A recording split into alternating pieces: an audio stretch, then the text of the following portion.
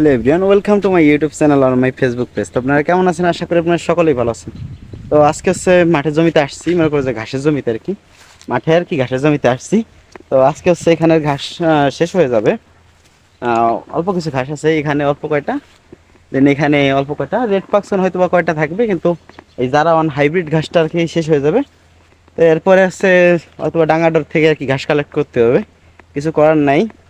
আপনাদের এতদিন দূর থেকে আর কি জমিটা দেখাইছিলাম। আর আজকে হচ্ছে এই যে এই যে এখান থেকে ওই পর্যন্ত কলা গাছ পর্যন্ত, কলা গাছটা দেখতে পাচ্ছেন? হ্যাঁ, দেখা যাচ্ছে। ওই কলা গাছ পর্যন্ত হচ্ছে মনে করো যে লাগানোর মতন রাইট আমার আছে, আমি ওইটুকু জায়গায় লাগাইতে পারবো। তার ওইদিকে যাইতে পারবো না যে তার একজনের। তবে আমি মানে বললে হয়তো বা লিজ নেওয়ার মতো সিস্টেম যদি থাকে তো দেখি কথাবার্তা বলে যদি লিজ নিতে পারি তাও নিয়ে নেবো সব। দরকার এই মাঠ পুরা রায়গেদারতে নিয়ে নেবো, লিজ নিয়ে নেবো যদি দেয়। জানি না দেবে কিনা। তো এখানে কথা হচ্ছে কি, আজকে হচ্ছে এই ঘাসগুলো কাটতে হবে। দেন আমার এইদিকে যে আপনাকে 4-5 দিন আগে যে ঘাসটা দেখাইছিলাম আপনারা দেখতে পারছেন, এই ঘাসটা অনেকটা বৃদ্ধি পেয়েছে। মনে করেন যে প্রায় 9 ইঞ্চি 10 ইঞ্চির মতন হয়ে গেছে। 10 ইঞ্চি 10 ইঞ্চি যেহেতু হয়েছে, এখন সার প্রয়োগ করা যায়, আপনাদেরকে দেখাচ্ছি। আর এইদিকে রেড পাকসেন ঘাসটা দেখতে পাচ্ছেন, এই রেড পাকসেন ঘাসটা আছে মনে করেন 15 প্রায় 20 দিনের কাছাকাছি হয়ে গেছে, কিন্তু তুলনামূলক বলতেছে মানে বৃদ্ধি পাচ্ছে না। তো তার কারণে আমি এদেরকে আর কি উঠাই ফেলবো, এইবার নেওয়ার পরে উঠাই ফেলবো। এই যে এইদিকে রেড পাকসেন যেটা আর কি বড়, আমি অর্ধেক রেখে দিয়েছিলাম। তো এই তেমন একটা বৃদ্ধি পায় নাই, মোটামুটি যা পাইছে পাইছে। এই রেড পাকসেন রাখবো না নি, এই নতুন যে কটা সব লাগাইছিলাম সেই কটা উঠে ফেলতে হবে। আর এদিকে গোবর দিয়েছিলাম, ওইগুলো ভালো হয়েছে। তো এখন চলো গাছগুলো কাটা যাক, ঠিক আছে? আমি গাছগুলো কাটাই আর হচ্ছে আপনারা দেখতে যতটুকু পারছেন আর কি, ততটুকু আর কি দেখাইতে পারছি। হ্যাঁ, এইগুলো হচ্ছে ঘাস মোটামুটি এইটুক জমিতে আর কি কতটুকু বা বেকআপ দিবে। তো তাছাড়া আর ওই দিকে আমার 1 কাঠা 2 কাঠার মতন রয়েছে, কিন্তু ওখানে একটাই ভালো ফলন হয়েছে আর একটাই ফলন ভালো হয় না, কারণ ওখানে পানি চলে আসছে। তো তার কারণে আসছে মনে করেন যে আমার ঘাসের সংকট আরও বেশি দেখা দিছে। তো কিছু করার নেই, দেখা যাক। কালকে তো হয়তো বা মাঠে গরু নিয়ে আসতে হবে না অবশিষ্ট জায়গায়, তো সেই জায়গায় আর কি গরু দেওয়ার চেষ্টা করুন। তো এখন চলো গাছগুলো কাটি, তারপরে কথা বলছি, হ্যাঁ? তো তারপর আমি ঘাসগুলোকে কাটতে শুরু করি। আর এখানে হচ্ছে 20x স্পিড দিয়ে আর কি ভিডিওটা তৈরি করা হচ্ছে, কারণ এটা হচ্ছে দীর্ঘ মানে সময়ের ধরে আর কি ভিডিওটা করা হয়েছে। তো তার কারণে হচ্ছে যদি আমি স্পিড বাড়িয়ে না দিই সেক্ষেত্রে আপনারা দেখতে মনোযোগ থাকবে না। তো তার কারণে আমি স্পিডগুলোকে বাড়িয়ে দিয়েছি। তো এখানে মূলত আরও কিছু ঘাস রেখে দিয়েছি, মানে কালকে যদি অল্প হলেও ব্যাকআপ দেওয়া যাবে। তো তারপরে হচ্ছে আমি ঘাসগুলোকে বাড়ির দিকে নিতেছিলাম। মানে ঘাস কাটা আর কি আজকের মতন শেষ, হ্যাঁ। ভাবলাম কি যে যেহেতু কম শর্ট হয়ে গেছে তো কিছু করার নাই, তো তার কারণে আমি অল্প কিছু ঘাস আমি এখান থেকে রেখে দিছি। আর এদিকে রেড পাকসন রেখে দিছি। আর বাদ বাকি এই সাইডের ঘাস যতগুলো দেখছিলেন তো সবগুলো কেটে দিয়েছি। এখন কালকের কাজ হচ্ছে কি, আজকে দিন আরেকটা ভিডিও হয়তো বা করতে পারি। তো সেই ভিডিওতে আর কি এখানে আগাছা সব পরিষ্কার করে লাই দিতে হবে, কারণ এই আগাছা যদি আমি পরিষ্কার না করি দেন পরবর্তীতে আর এখানে ঘাস হবে না তেমন একটা। তো তার কারণে হচ্ছে আগাছা পরিষ্কার করতে হবে। দেন যদি কোনো জায়গায় গোবর পাই, পচা গোবর কিংবা ওই যে জৈব সার, হ্যাঁ, তো এই সার যদি পাই তাহলে সেই ক্ষেত্রে দিয়ে দেবো। আর আরেকটা জিনিস আমার মনে পড়ছে, আমি যে কোয়েল পাখির বিষটাগুলো ফেলাই দিই, হ্যাঁ, যতটুকু ফেলাই দিই সেগুলোকে আমি একটা জায়গায় জমাবো।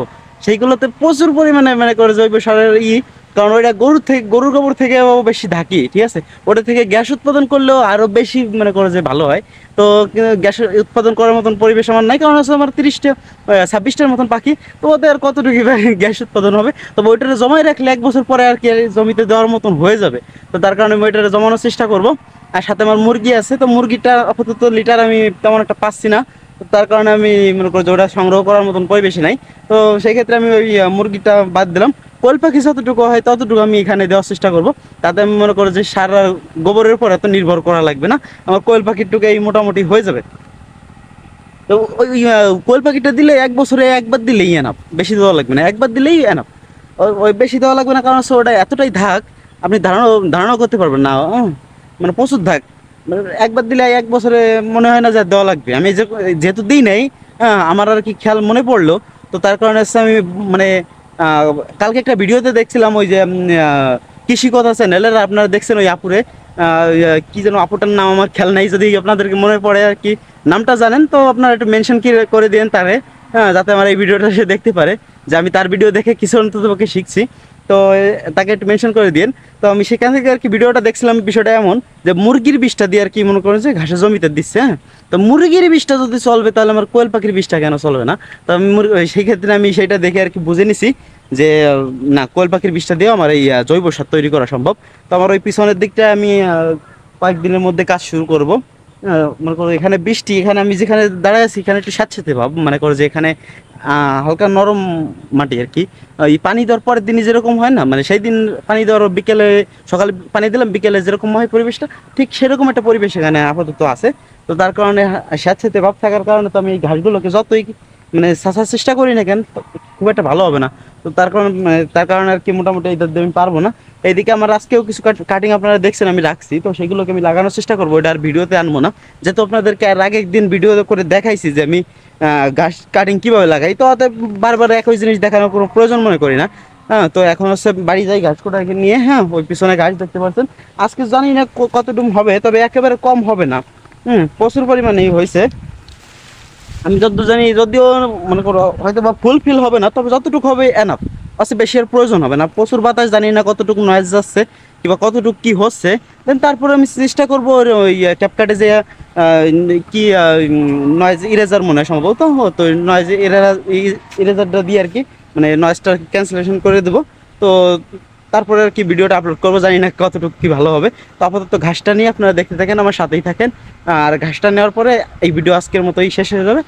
ভাবছিলাম ঘাসে কম হয়ে যেতে পারে, তবে কম হবে না। হ্যাঁ, এখানে ওয়েট আছে। ঘাস মনে করো মোটা মোটা, তো তার কারণে অল্প হলেও ঘাসটা পোষায় গেছে। তো এখানে প্রচুর পরিমাণে ঘাস আছে, ওয়েটে বোঝা যাচ্ছে। তো এই ঘাসে আমার আশা করি হয়ে যাবে। তো আজকে এই পর্যন্তই, টাটা, বাই বাই। ওকে।